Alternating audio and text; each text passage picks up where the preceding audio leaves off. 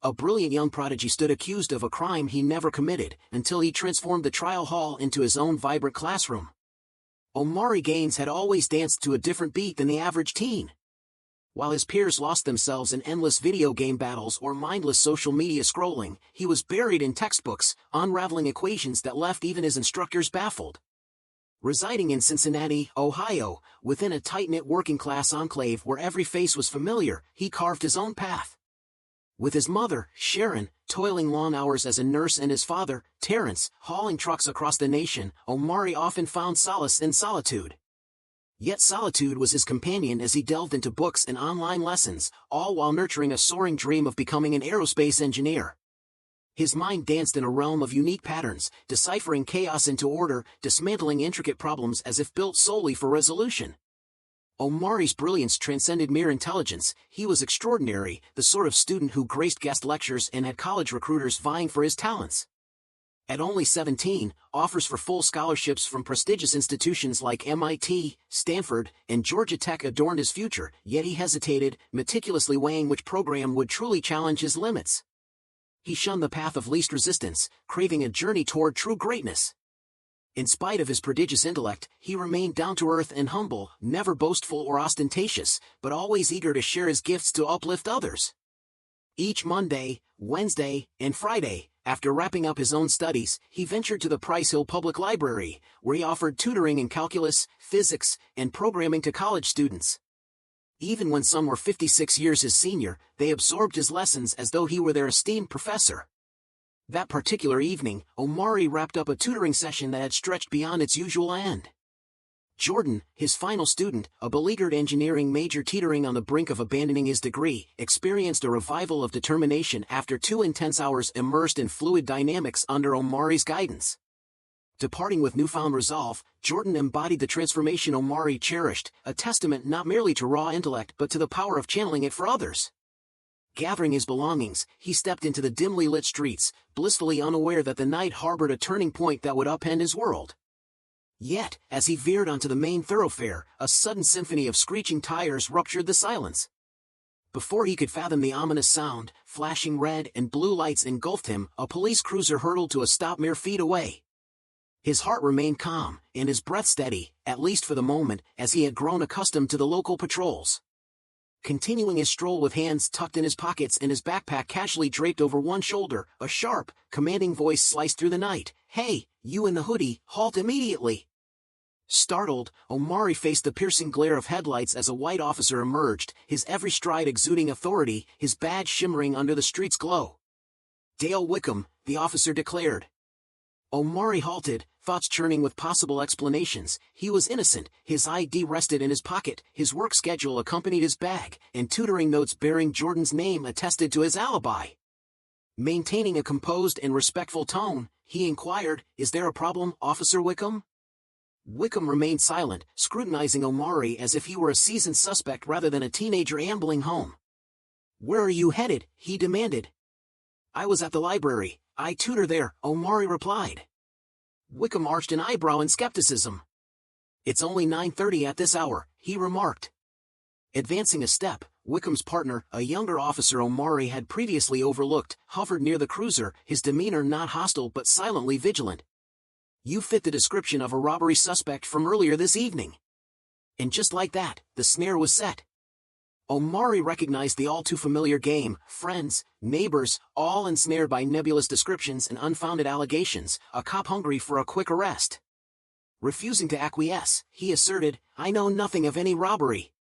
"Verify my ID, I was at the library," as he cautiously reached for his pocket. "Don't move!" Wickham bellowed, his voice shattering the night's stillness. Omari froze, palms raised in surrender, as his pulse pounded relentlessly within his throat. The younger officer squirmed uneasily, silent, while Wickham snatched his radio. "I've got him, male, black, wearing a gray hoodie with a backpack, detain him immediately." A sinking dread gripped Omari as he questioned, "Bringing me in for what?" His voice, though steady, betrayed a growing frustration. "I just explained my alibi, verify with the library, examine the security footage." Wickham dismissed his protests and barked, "Turn around, hands behind your back." Stunned into silence, Omari stepped back, exclaiming, "Sir, this is absurd, I haven't done anything." Wickham seized him with a rough tug that nearly toppled him before any further protest could emerge, as icy metal cuffs clamped around his wrist with relentless severity. Omari inhaled sharply, aware of prying eyes from nearby windows and the unmistakable glimmer of a recording phone on a distant porch. Yet none of these observations mattered in that moment. Regardless of his brilliance or innocence, jail awaited him that night. What Wickham failed to realize was that this arrest would not be another routine capture. This time, the scales would tip. The journey to the Hamilton County Justice Center was mired in silence as Omari, seated in the back with his wrists bound, let his thoughts race, understanding that panic was futile. He needed a plan. Wickham's claim of a matching suspect description was nothing but a fabrication. If they had a genuine suspect, he wouldn't have been apprehended so unceremoniously, and any real evidence would have been unveiled by now. Thus, the intended strategy appeared to be a straightforward arrest, flimsy paperwork, and a hope that he would plead guilty to sidestep a protracted fight. Omari released a slow breath, silently affirming, "Not on my watch." Arriving at the station, Wickham extracted him from the vehicle and ushered him into a room redolent of sweat and bleach, under buzzing fluorescent lights, where a weary desk sergeant barely acknowledged him as he keyed in data. Resisting, possible robbery link, the sergeant muttered as he documented the charges. Wickham's tone remained unnervingly casual, treating the matter as routine. Locking eyes with him, Omari detected, for the first time, a spark of smug satisfaction. Wickham relished the control. The sergeant exhaled deeply, earmarking him for booking, at least for the time being.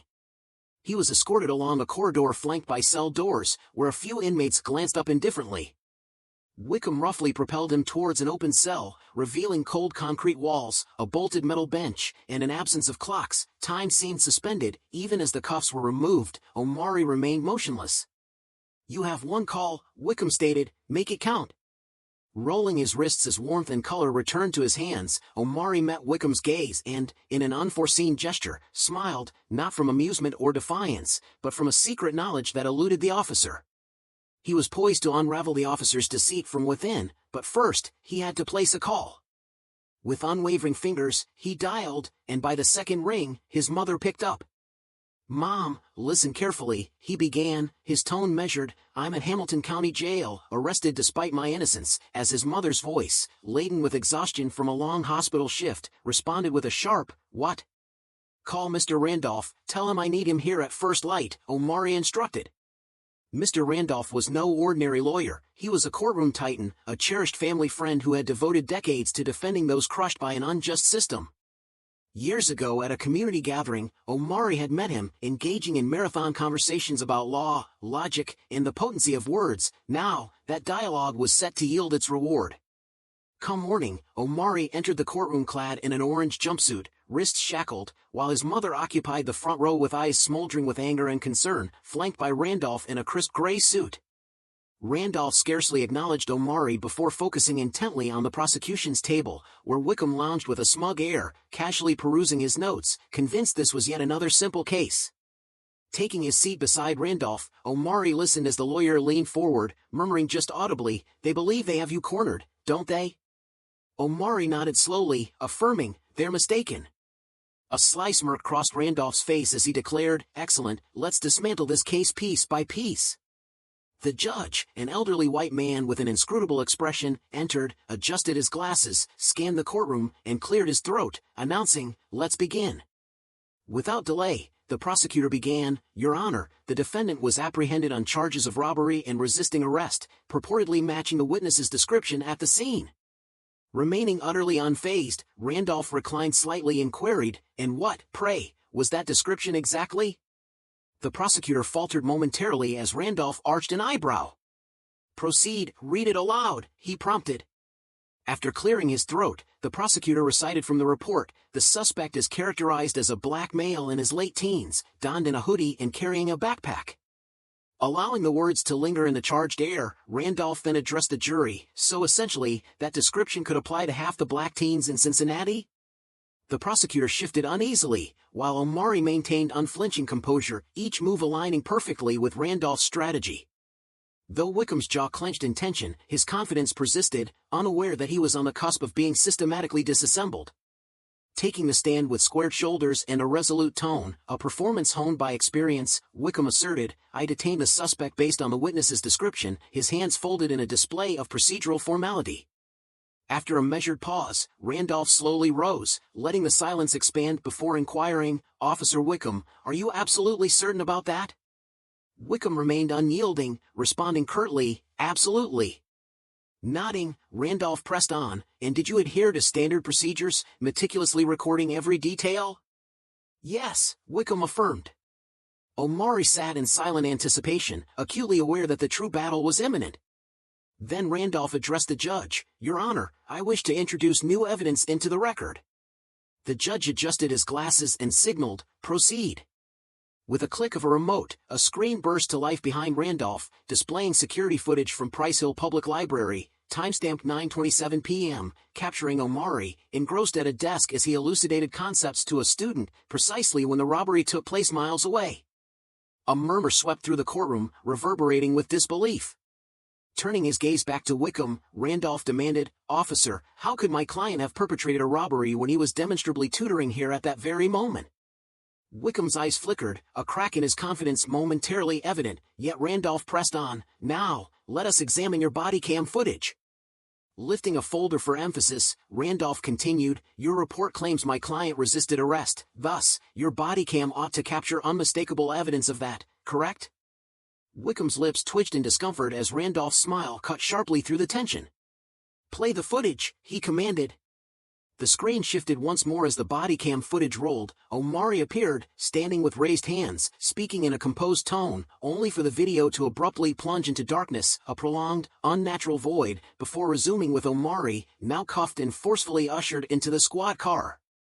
Randolph then directed his attention to the jury, inviting them to witness the evidence firsthand before returning his scrutiny to Wickham, asking, "Officer, why does your footage contain a missing segment?" Wickham stiffened under the question as Randolph leaned forward, inquiring pointedly, "Did you switch off your body cam?"